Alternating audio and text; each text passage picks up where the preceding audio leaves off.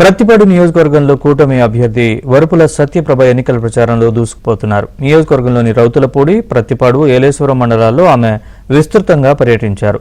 సత్యప్రభకు ప్రజలు ఘన స్వాగతం పలికారు. కూటమి మేనిఫెస్టోను ప్రజలకు వివరించారు. తన భర్త వరుపుల రాజా ఆకస్మిక మరణంతో తాను పోటీ చేస్తున్నానని తెలిపారు.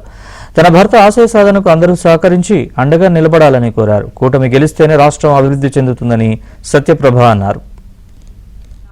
ప్రచారంలో భాగంగా ప్రజల్లోకి వెళ్తున్నప్పుడు అపూర్వ స్పందన.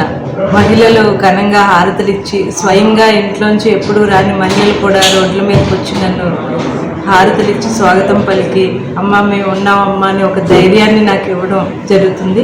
మాకు ఇది సమస్య ఉందమ్మా అని వారందరూ మా దగ్గరికి వచ్చి రాబోయే కాలంలో మేము రాజా గారి మీద ఎన్నో ఆశలు పెట్టుకున్నాము, మాది ఇలా అయిపోయింది, ఇప్పుడు మీరు మాకు చేర్చాలని వాళ్ళందరూ కూడా స్వయంగా నా దగ్గరికి వచ్చి ఒక మద్దతు ఇవ్వడం జరుగుతుంది.